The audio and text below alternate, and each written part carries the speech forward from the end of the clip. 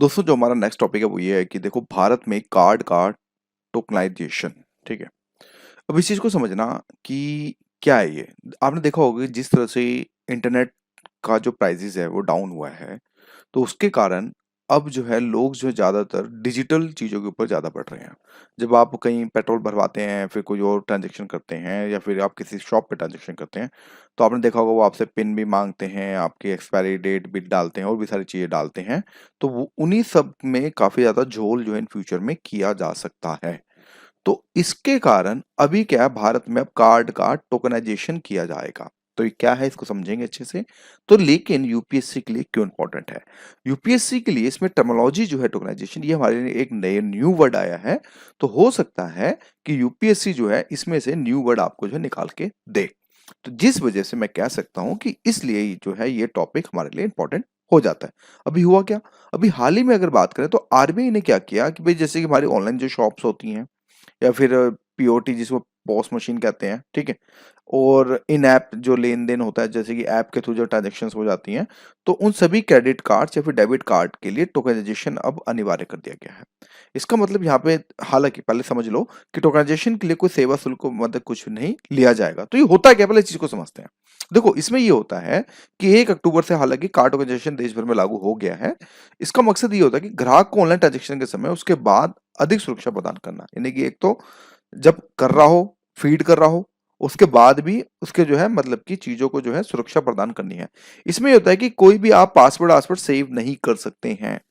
आपसी कस्टमर की कोई भी एक्स्ट्रा इन्फॉर्मेशन आप सेव नहीं कर सकते हैं। तो इसमें एक तरह से फॉरगेट वाला ऑप्शन हमेशा जो है बना रहेगा।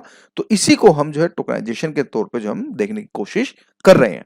तो कार्ड टोकनाइजेशन लागू होने से mobile app, merchant payment aggregators आपके डेबिट या क्रेडिट कार्ड की महत्वपूर्ण जानकारी जैसा कि सीवीडी कोड, ठीक है, एक्सपायरी डेट आदि, ये जो है सेव अब बिल्कुल भी जो है कुल मिलाकर अब नहीं कर पाएंगे। तो इससे क्या फायदा? देखो इससे फायदा ये होगा कि ग्राहकों की अगर बात करें, कस्टमर्स की जो है सेफ्टी ज्यादा बढ़ सकती है। तो कहीं ना कहीं हम कह सकते हैं कि भारत सरकार की तरफ से काफी अच्छा प्रयास किया गया। हालांकि इसको जो है टाला जा रहा था टोकनाइजेशन करने में, लेकिन अब फाइनली जो आरबीआई ने माना कि नहीं, ये चीजें अब जिस तरह से यूपीआई के आने से आपने देखा होगा, आपकी जिस तरह से यूपीआई जब आया तो आपने देखा होगा ट्रांजेक्शन्स कितनी ज्यादा हैवी मात्रा में जो हो रही हैं। तो गवर्नमेंट इन फ्यूचर को स्टेप्स को ध्यान में रखते हुए अब इन पे जो टोकनाइजेशन का जो है यूज जो है कुल मिलाकर कर रही है। लाभ में वही सब चीजें हैं कि आप ये मान के चलो कि एक तो सुरक्षित सुरक्षित है, क्योंकि लेन-देन के दौरान जो वास्तविक कार्ड विवरण व्यापारी के साथ साझा नहीं किया जाता है, और वास्तविक जो कार्ड डेटा है, टोकन और अन्य प्रासंगिक जो जानकारी अधिकृत जो कार्ड नेटवर्क द्वारा सुरक्षित और संग्रहित की जाती हैं। साथ में पैन नंबर से मतलब संग्रहित नहीं किया जाएगा। साथ में बोल सकते हैं कि ऑनलाइन और मोबाइल वॉलेट के माध्यम से भी जो है अगर बात करें तो इस पे भी काफ़ी ज़्यादा फ़र्क पड़ेगा। और ग्राहकों में एक तरह से अगर हम बात करें तो विश्वास होगा, लाल फीताशाही खत्म होगी, आसान और सुरक्षित भुगतान अनुभव का एक प्रतिनिधित्व भी जो है कुल मिलाकर हमें जो है देखने को मिलेगा।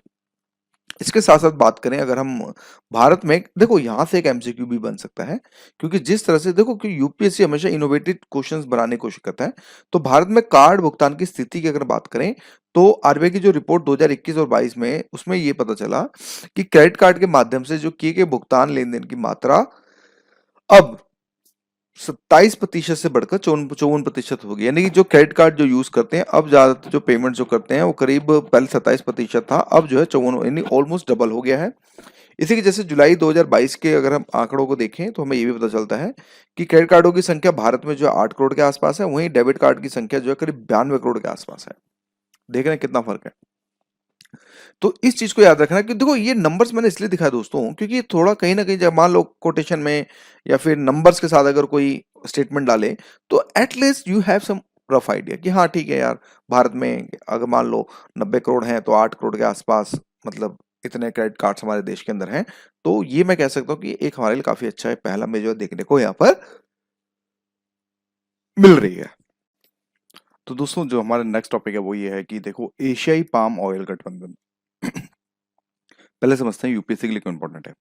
यार आपको पता है कि ऑयल जो है, आपको पता होगा कि जो इंपोर्ट करते हैं हम खाद्य पदार्थ वाला जो ऑयल होता है, हालांकि हम तेल भी इंपोर्ट करते हैं और ये भी हम इंपोर्ट ज़्यादा करते हैं। कभी कभी आपने देखा होगा, नॉर्मली अगर मैं बात करूँ, हम फॉर्चून का तेल लाते हैं तो कभी हमें 160 रुपये का मिलता है, कभी हम नॉर्मल लाते हैं तो 150 रुपये का मिलता है, कभी 140 का भी मिलता है।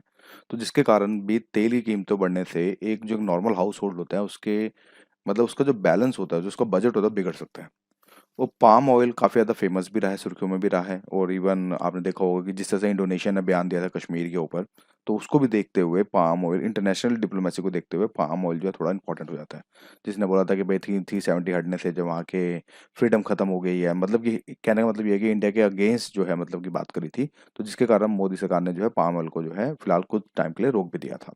तो जिसके कारण ये इसलिए यूपीएससी पॉइंट ऑफ व्यू के हिसाब से मतलब कि साइड एंगल दे सकता है, जिसमें आप आपसे ये पूछा जा सकता है पाम ऑयल क्या है, या फिर इसके बारे में जो है कुछ पूछा जा सकता है, उसी को हम थोड़ा यहाँ पे देख लेते हैं।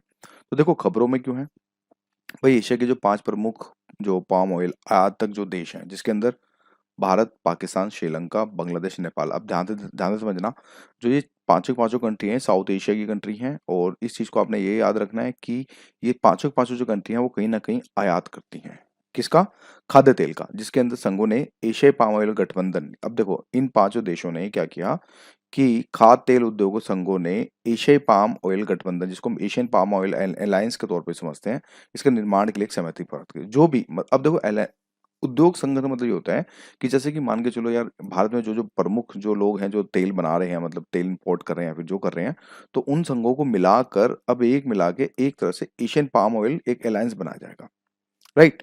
तो उसी अलायंस का जो है यहाँ पे मतलब सहमति जो है कुल मिलाकर जो है व्यक्त करी गई है, जिसमें अगर बात करें जो हमारा एशियाई जो पाम ऑयल है उसकी बैठक हालांकि आगरा में हुई थी, और जो अगली संभावित जो बैठक होगी वो इंडोनेशिया में मतलब प्रस्तावित है, या फिर संभावना है कि इसके अंदर अगर हम बात करें तो इंडोनेशिया में जो है बढ़ सकती है, ठीक है। फिर साथ में ये भी देखते हैं कि ग्लोबल शिखर सम्मेलन विश्व के अग्रणी खाद्य तेल और कृषि व्यापार सम्मेलन प्रदर्शनियों व पुरस्कारों में से कुल मिलाकर अगर हम बात करें तो एक तरह से एक हमें जो है देखने को मिलता है। तो ये बात समझ आ गई, यानी कि एशियन पाम ऑयल हमारे लिए, अब हम समझेंगे कि पाम ऑयल बेसिकली होता क्या है। देखो पाम ऑयल की अगर हम बात करें तो देखो वर्तमान में वैश्विक स्तर पर सबसे अधिक खपत वाला जो है वनस्पति तेल जो है कुल मिला के अगर बात करें तो पाम ऑयल हो सकता है। अब यहाँ पे यूपीएससी क्या कर सकता है दोस्तों, यूपीएससी ये कर सकता है कि आप ये मान के चलो कि यूपीएससी क्वेश्चंस को जो है घुमा सकता है, ठीक है। तो जब क्वेश्चन को जो घुमाएगा तो वहां पे आपको फिर जो है दिक्कत का जो है आपको थोड़ा बहुत जो अगर हम बात करें तो आपको सामना करना पड़ सकता है। तो हो सकता है वो बोल देगा भाई मूंगफली का तेल सबसे ज्यादा मतलब खाद्य पदार्थ में लिया जाता है, मतलब तेल के रूप में लिया जाता है। तो इसलिए छोटे-छोटे पॉइंट्स भी हमें जो है रिमाइंडर के तौर पे हमें जो है काम आएँगे। तो पाम ऑयल वर्तमान में वैश्विक स्तर पर सबसे अधिक खपत वाला वनस्पति तेल है। दूसरा हमें ये पता है कि इसका जो उपयोग होता है वो डिटर्जेंट, प्लास्टिक, सौंदर्य, ठीक है, जैव ईंधन के उत्पादन में बड़े पैमाने पर जो है कुल मिलाकर यानी प्रसाधन में, सौंदर्य प्रसाधन और जैव ईंधन में भी जिसका प्रयोग किया जाता है। तो यहाँ पे आपको एक पॉइंट ये जरूर याद रखना है कि दोस्तों पाम ऑयल डिटर्जेंट, प्लास्टिक, सौंदर्य प्रसाधन और जैव ईंधन यानी कि इन चारों चीजों के अंदर भी अगर हम बात करें तो इसका जो है बड़े पैमाने पर जो है इसका उपयोग किया जाता है। इंडोनेशिया और जो मलेशिया जो कुल मिलाकर वैश्विक पाम ऑयल उत्पादन का करीब 90% का योगदान करते हैं। देखो कितनी बड़ी क्वांटिटी है कि इंडोनेशिया और मलेशिया ये दोनों देश यानी इंडोनेशिया और मलेशिया जो होते हैं 90% जो है कुल मिलाकर जो है पाम ऑयल का जो है उत्पादन करते हैं, जिसमें इंडोनेशिया ने वर्ष 2021 में करीब, ये हालांकि ये फैक्ट इतना इंपॉर्टेंट नहीं है, बड़ी मात्रा में उत्पादन किया था। बस आप ये याद रखें कि इंडो एंड मलेशिया जो है कुल मिलाकर जो है इसका 90% तक जो है इसका योगदान करते हैं। और इसके शीर्ष उपभोक्ता में देखें तो भारत, चीन और यूरोपियन संघ जो है सबसे ज्यादा देखने को मिलता है। हालांकि भारत का जो खाद्य तेल का जो वार्षिक आयात है वो करीब, अब देखो ये टन है, ये जस्ट एनालिसिस करने के लिए कि हाँ हम जो है मीट्रिक टन को इतना जो हम इंपोर्ट करते हैं, जिसमें से 8 मीट्रिक टन जो पाम ऑयल जो होता है वो इंडोनेशिया और मलेशिया से आयात जो किया है। देखो भारत क्या 13 से 14 मीट्रिक टन यूज करता है, जिसमें से 8 जो है वो मलेशिया और साथ में इंडोनेशिया से ही जो है कुल मिलाकर इंपोर्ट किया जाता है। बाकी अन्य जो तेल है जैसे सोया का, सूरजमुखी का आयात अर्जेंटीना, ब्राजील, यूक्रेन और आदि रूस मतलब रूस से भी जो कुल मिलाकर इसमें किया जाता है। और पाम ऑयल की वैश्विक खपत का लगभग 40% हिस्सा जो होता है वो एशिया में होता है, जबकि यूरोप में पाम ऑयल के व्यापार का 12% का 12% का जो एक तरह से हिस्सा में जो देखने को मिलता है। और इंडोनेशिया जो मलेशिया दुनिया के सबसे बड़े पाम ऑयल एक तरह से निर्यातक के तौर में देखने को मिलते हैं, यानी कि इंडोनेशिया और मलेशिया जो होते हैं ये पाम ऑयल के निर्यातक के रूप में देखने को मिलता है। और भारत जो है एशिया में पाम ऑयल का सबसे सबसे बड़ा आयातक है, जो वैश्विक आयात का करीब 15% जो है एक तरह से हिस्सा जो रखता है। और इसके बाद चीन, पाकिस्तान और बांग्लादेश जो ये है, यानी कि आपने देखा नोटिस किया होगा इस पॉइंट में, तो ये देखा होगा कि भारत जो है सबसे बड़ा कहीं ना कहीं एक वैश्विक आयात का करीब 15% हिस्सा जो है कुल मिलाकर जो है रखता है। तो आगे की न्यूज़ पढ़ते हैं, नेक्स्ट न्यूज़ की तरफ बढ़ते हैं। तो इसमें हमें ये देखने को मिलता है कि देखो दोस्तों कि भारतीय प्रतिस्पर्धा आयोग द्वारा गूगल पर जुर्माना लगाया गया। ठीक है, पहले समझेंगे, देखो हमारे लिए इंपॉर्टेंट क्या है यूपीएससी पॉइंट ऑफ व्यू के हिसाब से। यूपीएससी पॉइंट ऑफ व्यू के हिसाब से या फिर पीसीएस पॉइंट ऑफ व्यू के हिसाब से हमारे लिए इंपॉर्टेंट है कि सीसीआई के बारे में हमें पढ़ना पड़ेगा कि भाई भारतीय प्रतिस्पर्धा आयोग होता क्या है। हालांकि गूगल से लेके क्वेश्चन नहीं बनेगा, लेकिन हमें ये समझना पड़ेगा कि आखिर क्यों सीसीआई ने गूगल के ऊपर मतलब कि एक तरह से फाइन लगाया, राइट। खबरों में क्यों रहा? अभी हुआ ये कि सीसीआई ने करीब मान के चलो 1337.76 जो करोड़ रुपए का एक तरह से गूगल के ऊपर जुर्माना लगाया है। ठीक है भाई।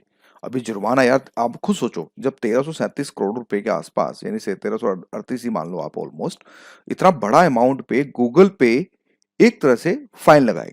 और सीसीआई ने अगर हम बात करें तो इसका जो उदाहरण दिया, जो इसने मतलब एग्जांपल दिया कि इन्होंने फाइन क्यों लगाया है, वो कहीं ना कहीं अगर बात करें तो भारतीय प्रतिस्पर्धा आयोग ने एंड्रॉयड मोबाइल उपकरण परिवेश में बाजार में मजबूत स्थिति के दुरुपयोग को लेकर गूगल पर जुर्माना लगाया। अब इसको समझते हैं क्या है। देखो हो क्या रहा है कि दोस्तों कि आज के समय आप बात देखो गूगल क्या और करता है कि जैसे कि मान लो, अब ध्यान से समझना, मैं आपको एक सिनेरियो देता हूँ। जैसे मेक माई ट्रिप हो गया, ठीक है, मेक माई ट्रिप आपने देखा होगा, और क्लियर ट्रिप हो गया, ये जब आप ट्रैवल करते हैं तो आप ये वेबसाइट्स को सर्च करते होंगे। जो और भी इस तरह की करीब मान के चलो 20 से 30 वेबसाइट्स हैं, लेकिन गूगल क्या करता है, सबसे पहले मेक माई ट्रिप को सबसे ऊपर दिखाता है।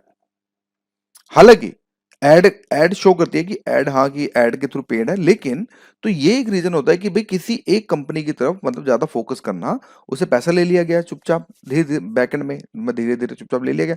तो उसके कारण उसने एल्गोरिथम में ऐसा चेंज किया कि कुछ भी अगर आप ट्रिप से रिलेटेड कुछ सर्च करोगे, होटल से सर्च करोगे, तो वो आपको जो मेक माई ट्रिप जो पहले कराएगा। तो अब इससे घाटा क्या होगा? इससे घाटा ये होगा कि भाई मान लो, अगर मान लो आप ही हैं एक, ठीक है, आपकी एक छोटी सी कंपनी है, मान लो आपने एक ट्रैवल टूरिस्ट की बनाई, तो आपकी तो कंपनी सर्च ही नहीं होगी। तो जब सर्च नहीं होगी तो आपको बिजनेस नहीं मिलेगा। तो जब बिजनेस नहीं मिलेगा तो चीजें बहुत ज्यादा जो है दिक्कतें हो जाएंगी। तो जिसके कारण गूगल ने जो है इन चीजों पे जो है कुल मिलाकर जो जुर्माना एक तरह से लगाया है। तो इसके अलावा सीसीआई ने प्रमुख इंटरनेट कंपनियों ने अनुचित कारोबार गतिविधियों को भी बंद करने का एक तरह से निर्देश दिया कि इन्होंने बोला कि भाई क्या नाम है, बंद करो ना तो दिक्कत हो जाएगी। तो हमारे लिए जो पॉइंट इंपॉर्टेंट है वो है भारतीय प्रतिस्पर्धा आयोग, यानी कि हमारा जो इंडियन जो आपका है, ठीक है, आपका कंपटीशन जो कमीशन है, तो इसमें हम मतलब कि क्या कर सकते हैं। तो हमें ये समझना पड़ेगा कि देखो भारतीय प्रतिस्पर्धा आयोग जो सीसीआई है, ठीक है, तो इसमें ये पता चल गया कि भारतीय प्रतिस्पर्धा आयोग एक सांविधिक निकाय है, यानी कि हमें ये पता चल गया कि दोस्तों इसको पार्लियामेंट के थ्रू जो है कुल मिला के बनाया गया है, जो प्रतिस्पर्धा अधिनियम 2002 के उद्देश्यों को लागू करने के लिए उत्तरदायी है। और उसका जो गठन जो है 2009 में किया गया, यानी कि आपको दो डेट याद रखने, 2009 में किया गया। और दूसरा ये कि एक पॉइंट इसमें ये मिल गया कि सांविधिक जो है एक तरह से, ये एक तरह से निकाय जो हमें देखने को मिलता है।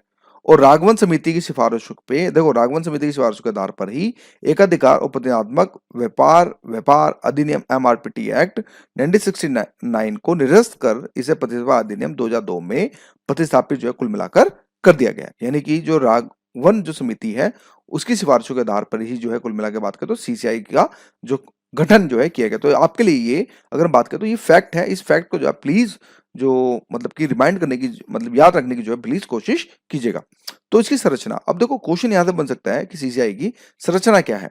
तो हमें ये समझना पड़ेगा कि इस अधिनियम के अनुसार अगर बात करें तो आयोग में एक अध्यक्ष होगा और साथ में 6 अन्य अध्यक्ष, यानी कि आप ऐसे करो 1+6 ऐसे लिखो, बस एक आपका चेयरमैन हो गया और 6 इसके जो है अन्य सदस्य हो गए। और इन सदस्यों की जो नियुक्ति होगी वो कहीं ना कहीं केंद्र सरकार के द्वारा ही जो है करी जाती है। प्रारंभ में आयोग में एक अध्यक्ष थे और न्यूनतम 2 सदस्य थे और अधिकतम 6 सदस्य जो है होते थे, लेकिन अब जो है इन सदस्यों की जो संख्या जो कर दी गई है वो कहीं ना कहीं जो है 6 कुल मिलाकर कर दी गई है। और केंद्रीय मंत्रिमंडल ने इसे और घटाकर 3 सदस्य और एक सदस्य जो है कर दिया गया था, लेकिन अब जो है कुल मिलाकर इसको 6 कर दिया गया।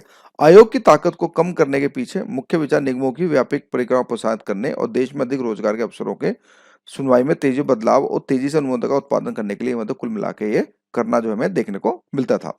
तो मैं ये समझ में आ गया कि अध्यक्ष और सदस्य आमतौर पर पूर्णकालिक सदस्य होते हैं और आयोग का जो अध्यक्ष और सदस्य बनने की योग्यता ये होती है कि अध्यक्ष और प्रत्येक अन्य सदस्य योग्यता सत्यनिष्ठ और व्यक्ति मतलब क्या कुल मिला के देखो कहने मतलब ये है, आप ऐसे समझो कि जब आपके गवर्नमेंट के लिंक्स होते हैं ना तो आपका डेफिनेटली अध्यक्ष, और जब आप हाई पोस्ट से रिटायर्ड होते हैं तो डेफिनेटली फिर आप सीसीआई के अंदर जो कंपटीशन जो आपका है आपका उसके अंदर जो आप मतलब कि आ सकते हैं। तो इसमें अध्यक्ष बनने हेतु वह व्यक्ति ऐसी योग्यता वाला व्यक्ति होना चाहिए जो उच्च न्यायालय का न्यायाधीश रहा हो या होने के योग्य हो और उसके पास विशेष ज्ञान हो और कम से कम 15 वर्ष का एक तरह से पेशेवर अनुभव हो। और सदस्य बनने के हेतु व्यक्ति के पास अंतर्राष्ट्रीय व्यापार, अर्थशास्त्र, व्यापार कानून, लेखा प्रबंधन और किसी भी अन्य मामलों में जो केंद्र सरकार की राय हो आयोग के लिए उपयोग हो सकता का विशेष एक तरह से कुल मिलाकर जो है अनुभव जो है यहाँ पर हो सकता है। तो ये सब चीजों के कारण अगर बात करें तो ये आपको जो है चीजें आपको याद रखनी थी। तो नेक्स्ट आगे बढ़ते हैं। हमारा जो नेक्स्ट टॉपिक है वो ये है कि भारत 5 वर्षों में 75 बिलियन अमेरिकी डॉलर के प्रत्यक्ष विदेशी निवेश से रिलेटेड मतलब कि करेगा। ठीक है, क्वेश्चन ये है कि देखो पहले समझो हमें यहाँ पर देखो यूपीएससी यहाँ से क्वेश्चन कैसे बना सकता है। या तो वो नेक्स्ट जो 5 इयर्स की जगह यहाँ पे कुछ नंबर्स को चेंज कर सकता है, पहला हम इस दिमाग से अगर सोचें। दूसरा पॉइंट जो हमारा लग सकता है वो ये लग सकता है कि भाई प्रत्यक्ष विदेशी निवेश क्या होता है, या फिर अगर बात करें तो एफपीआई, एफडीआई और एफआईआई में क्या फ़र्क है, कुछ इस तरह के टर्मिनोलॉजीज़ के बारे में पूछ सकते हैं। तो जिसके कारण मैं कह सकता हूँ कि हमारा जो क्वेश्चन है वो थोड़ा बहुत जो है ये टॉपिक जो है हमारा इम्पोर्टेंट बन जाता है। तो जिसके कारण मैंने इसको यहाँ पर इसके अंदर लिया। तो खबरों में क्या था? खबरों में ये है कि जो भारतीय उद्योग जो परिसंघ है सीआईआई, उसकी रिपोर्ट में एक विजन ये विकसित भारत बहुराष्ट्र कंपनियों के अवसर और अपेक्षा शीर्ष के अनुसार भारत जो है 5 वर्षों में 475 बिलियन अमेरिकी डॉलर के प्रत्यक्ष विदेशी निवेश को आकर्षित करेगा।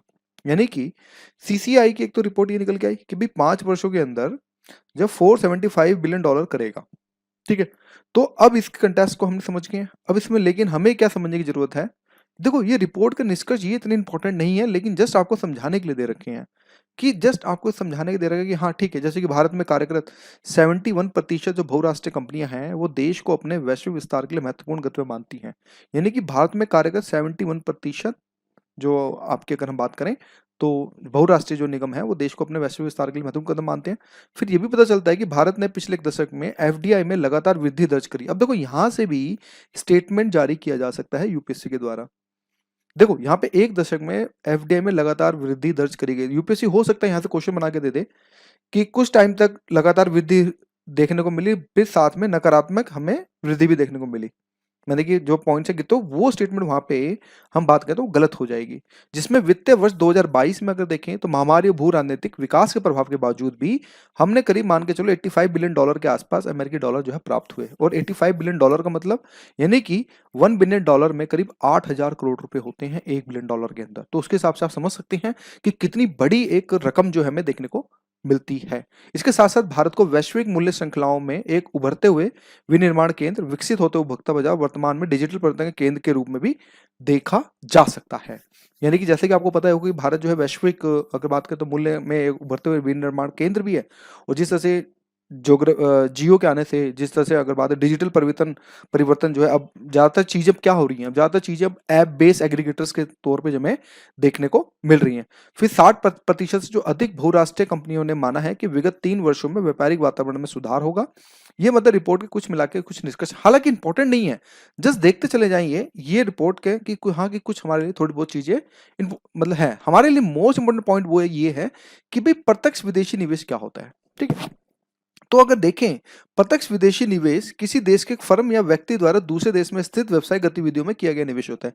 जैसे कि फॉर एग्जांपल मान लो आप हो, ठीक है, आप इंडियन हो भाई, मान लो आप यूएस में एक कंपनी के अंदर मान लो कुछ आप डालना चाहते हैं, तो वहां पे आप जब निवेश करेंगे, ठीक है, मान लो उस कंपनी में मान लो मोर देन 10% से ज्यादा जब आप निवेश करते हैं तो उसको जो है एफडीआई के तौर पे कहा जाता है।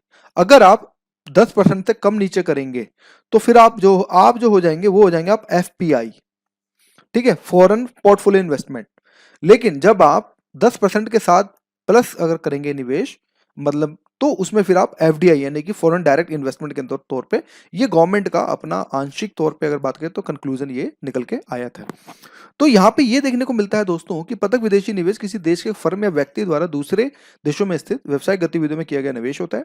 फिर एफडीआई जो होता है किसी निवेश को एक बाहरी देश में प्रत्यक्ष व्यवसायिक खरीद की सुविधा भी प्रदान करता है। और कहीं ना कहीं एक तरह से बात करें तो निवेशक कई तरह से एफडीआई का जो है लाभ उठा सकते हैं। दूसरे देश में एक सहायक कंपनी की स्थापना करना, किसी मौजूदा विदेशी कंपनी का अधिकरण या विलय अथवा किसी विदेशी कंपनी के साथ संयुक्त उद्यम साझेदारी, इसके सामान्य तरीके जो हमें देखने को मिलते हैं। और प्रत्यक्ष विदेशी निवेश भारत में आर्थिक विकास के महत्वपूर्ण चालक होने के साथ साथ ही देश के आर्थिक विकास के लिए अगर बात करें प्रमुख गैर वित्तीय संसाधन भी जो है रहा है। और साथ में ये विदेशी पोर्टफोलियो निवेश से भी एक तरह से अलग है, जहां विदेशी संस्था केवल कंपनी के स्टॉक और बॉन्ड जो खरीदती है। देखो, अब चीजों को समझो। देखो दोस्तों, एफडीआई में क्या होता है कि मान लो 10% जो पैसा आया ना, तो वो कंपनी निवेश करती है। हालांकि जब निवेश करती है तो कुछ स्टेक भी, या फिर आप बोल सकते हैं कि कुछ कोई अगर आदमी कोई पैसा अगर दे रहा है, तो भाई फ्यूचर में तो कोई ना कोई प्रॉफिट तो कमाएगा ना। एक तो ये, इसके अंदर क्या होता है, कंपनी इनके मतलब कि इन्वर्टर के अंदर मतलब निवेश करती है। लेकिन एफपीआई के अंदर सिर्फ ये क्या करते हैं, बॉन्ड खरीद लेते हैं, स्टॉक खरीद लेते हैं और वहां से साइड में हो जाते हैं। अगर उनको लगता है कि कंपनी घाटे में जा रही है तो उठा के बेच देते हैं। लेकिन एफडीआई में ऐसा नहीं होता, क्योंकि यहाँ पे टेक्नोलॉजी ट्रांसफर भी होती है, और टेक्नोलॉजी ट्रांसफर थोड़ा सा एक पेचीदा एक तरह से अगर बात करें तो हमें देखने को मिलता है। और एफडीआई पे हम जो है कंट्रोल कर सकते हैं, लेकिन हम एफपीआई निवेशकों के व्यवसाय पे जो नियंत्रण यहाँ पर जो है कुल मिलाकर प्रदान नहीं किया जा सकता है। तो एफडीआई को लागू करने के लिए हमारे हमारी तरफ से दो मार्ग होते हैं। एक होता है स्वचालित, जहां पर आपको 100% मतलब कुछ ऐसी फील्ड्स हैं जहां पर 100% एफडीआई लिमिटेड है, वहां पे गवर्नमेंट का कोई भी इंटरफेरेंस नहीं होता है। ध्यान से समझना, स्वचालित मार्ग के अंदर गवर्नमेंट का 100% मतलब कोई भी इंटरफेरेंस नहीं होता है। बस गवर्नमेंट ने कुछ एरिया दिखाया कि हाँ भी आप यहाँ पे आप 100% फुल आप निवेश कर सकते हो और आप अपनी खुद की ओनरशिप रख सकते हो। एक होता है सरकारी मार्ग। सरकारी मार्ग के अंदर जहां पे आपको मतलब कि सरकार की परमिशन की जरूरत पड़ेगी, तो उस मतलब यहाँ पे आप बोल सकते हैं कि सरकार की मंजूरी। अब भाई जब सरकार के साइन चाहिए होंगे तो आप समझ सकते हो, फिर लाल फीताशाही, भ्रष्टाचारी, ये सारी चीजें भी निकल के आएंगी। तो उसी के अंदर अगर बात करें तो सरकारी मार्ग के अंदर 100% का बात करें तो मतलब देखने को हमें जो है मिलता है। और स्वचालित मार्ग के अंदर ये चीज भी याद रखना कि यहाँ पर पाकिस्तान और बांग्लादेश से जो निवेश होता है, इनको इनके लिए अप्रूवल की जरूरत होती है। अगर मान लो कोई स्वचालित मार्ग के रूट में मान लो किसी फील्ड में अगर इन्वेस्ट कर रहा है, तो अगर वो बंगाली है या फिर अगर वो मतलब बांग्लादेशी है और या फिर पाकिस्तानी है, तो yes they have to take a permission from the government side. तो यही सब चीजें जो है हमें हमारी तरह से स्वचालित, और जो मेन डिफरेंस जो है यही हमें जो है देखने को मिलता है। और जो सरकारी मार्ग में अगर बात करें तो आंतरिक व्यापार संवर्धन विभाग जो वाणिज्य और उद्योग मंत्रालय के द्वारा प्रकाशित किया जाता है। और इसके अंदर एक तरह से बात करें तो इसमें एक एकल खीट की निकासी की सुविधा भी एक तरह से प्रदान करता है। और इसमें तो मोस्ट इंपोर्टेंट पार्ट है कि जैसे संवेदनशील क्षेत्रों में गृह मंत्रालय के पूर्व मंजूरी या सुरक्षा मंजूरी मतलब की एक तरह से बात करें तो इसमें गृह मंत्रालय की भी जरूरी एक तरह से हमें जो है देखने को यहाँ पर मिलती है। ठीक है, इसके बाद हमें यह देखने को मिला कि भारत में एफडीआई प्रवाह की स्थिति आज के समय देखें तो 2021 में अगर एफडीआई के देखें 2019 और 20 में तो कुछ इतने पैसे हमें जो है देखने को मिला, और कुछ ये 81,973 मिलियन डॉलर जो हो गया। तो शीर्ष हमारे देखो हमारे लिए अब एमसीक्यू जो यूपीएससी का बनेगा वो यहां से बनेगा कि हमें यह पता चलेगा कि भाई एफडीआई में टॉप 5 अगर हम बात करें स्टेट्स की बात करें तो जिसके अंदर सिंगापुर आ गया, जिसके अंदर आपका अमेरिका आ गया, आपका मॉरिशस आ गया, नीदरलैंड आ गया, स्विट्जरलैंड आ गया। लेकिन आपने एक चीज नोटिस करी, सिंगापुर जरा सा देश है लेकिन यहां से 77% आ रहा है। तो कहीं ना कहीं यहाँ पे एक राउंड ट्रिपिंग की समस्या भी देखने को मिल रही है जिसको बोलते हैं इलीगल धन। पहले मॉरिशस भेजा गया, मॉरिशस से सिंगापुर ट्रांसफर किया गया, सिंगापुर से डायरेक्ट लाके अमेरिका में इंडिया के अंदर ट्रांसफर किया गया। ये रूट जब मैं मेंस की क्लास दे रहा हूं तो उसमें आपको बताऊंगा। तो ये आपने नोटिस किया अमेरिका कितना बड़ा है, फिर भी वहां से 70%, लेकिन सिंगापुर जरा सी कंट्री है, दिल्ली जितनी कंट्री है, लेकिन वहां से 27% जो निवेश है, ऐसा क्या ही मतलब कर लिया कि इनके पास इतना पैसा आ रहा है। तो उसी चीज को ध्यान में रखते हुए दोस्तों यहां पर एक राउंड ट्रिपिंग का भी मुद्दा हमें जो देखने को मिलता है, जो जिसको हम बोलते हैं शेल कंपनियां, कि शेल कंपनियां मॉरिशस से सिंगापुर में बना के वहां से जो है पैसे जो है ट्रांसफर किए जाते हैं। ये एक अलग मुद्दा है। तो शेल कंपनियां वह कंपनियां होती हैं जो दिखावटी कंपनियां होती हैं, मतलब सिर्फ कागजों पे कंपनियां हैं, हकीकत में कुछ नहीं है उसमें। हकीकत में आपको वहां एक दुकान तक नहीं मिलेगी, लेकिन कागजों में बहुत बड़ी कंपनी है ताकि प्रॉफिट को किया जा सके। क्यों, आपको पता होगा अगर अगर आपने देखा होगा कि 30% के आसपास जो है 25% के आसपास अभी लेटेस्ट बात 25% के आसपास जो कॉर्पोरेट टैक्स लिया जाता है। तो इसी कॉर्पोरेट टैक्स को बचाने के लिए 25% कॉर्पोरेट टैक्स को बचाने के लिए तो जो है शेल कंपनी खोली जाती है। और एक नया पैटर्न भी देखने को ये मिला है कि कुछ ऐसी कंपनी जैसे कि वीवो और ये एमआई हो गए, ये लोग क्या अपना घाटा दिखाते हैं, बजटरी मतलब की बात करें लॉसेस पे ज्यादा दिखाते हैं। अब भाई लॉसेस पे तो नहीं लगेगा ना भाई, लगता तो प्रॉफिट पे ही है। तो ये लोग जानबूझकर लॉसेस में दिखाते हैं ताकि हमें जो है इनको ना देना पड़े, मतलब इन्वेंटरी परचेस कर ली, कुछ और कर लिया, कहीं और इन्वेस्टमेंट कर दी। तो जानबूझ के एक ये भी ट्रेंड अगर बात करें इलीगल मनी के अंदर हमें जो है देखने को मिलता है। तो आपने क्या चीज याद रखनी है भाई, सिंगापुर में फर्स्ट, अमेरिका, मॉरिशस, नीदरलैंड। तो हो सकता है यहां से सीक्वेंस वाइज आपसे जो है एमसीक्यू जो है कुल मिलाकर जो क्वेश्चन पूछा जा सकता है। तो सी क्षेत्र के अंदर अगर देखें, वह कौन सा क्षेत्र जिसमें कंप्यूटर सॉफ्टवेयर एंड हार्डवेयर में 24.60% के आसपास जो अगर बात करें, तो हमें मोटा मोटा अगर देखें तो यहाँ पे इतना इस डिपार्टमेंट के अंदर सबसे ज्यादा पैसा देखने को मिला है। फिर इसके बाद सेवा क्षेत्र हो गया जिसमें वित्त, बैंकिंग, बीमा, गैर वित्त, आउटसोर्सिंग, इसमें 12%। उसके बाद ऑटोमोबाइल उद्योग जिसमें इतना ही। तो बस ये आंकड़े नहीं, सिर्फ ये रैंकिंग आप जरूर याद रखें। इसी के जैसे शीर्ष लक्ष्य के अंदर देखें कि भाई ऐसी कौन सी डेस्टिनेशन टॉप पे रही है, जिसमें से जहां पे सबसे ज्यादा विदेशी निवेश जिसको मिला है, वो पहला है कर्नाटका जिसके अंदर बेंगलुरु आ जाता है, महाराष्ट्र जिसके अंदर मुंबई आ जाता है, फिर दिल्ली है, फिर तमिलनाडु, फिर हरियाणा है। तो मोस्ट इंटरेस्टिंग पॉइंट है कि यहाँ पे कोलकाता को रिप्लेस कर दिया गया हरियाणा ने, जहां पे एक टाइम था कोलकाता, क्योंकि वहां पे भाई दीदी जी की सरकार है और दीदी जी कम्युनिस्ट को थोड़ा ज्यादा फोकस करती हैं, तो जिसके कारण अब वहां पे यहाँ पर देखा जाए तो यहाँ कोलकाता होना चाहिए, लेकिन इसको जो हरियाणा ने जो है कुल मिलाकर कर दिया गया है। तो ये आपको कुछ ऐसे पॉइंट्स आपको कुल मिलाकर याद रखने थे। तो चलिए फिर नेक्स्ट टॉपिक की तरफ बढ़ते हैं।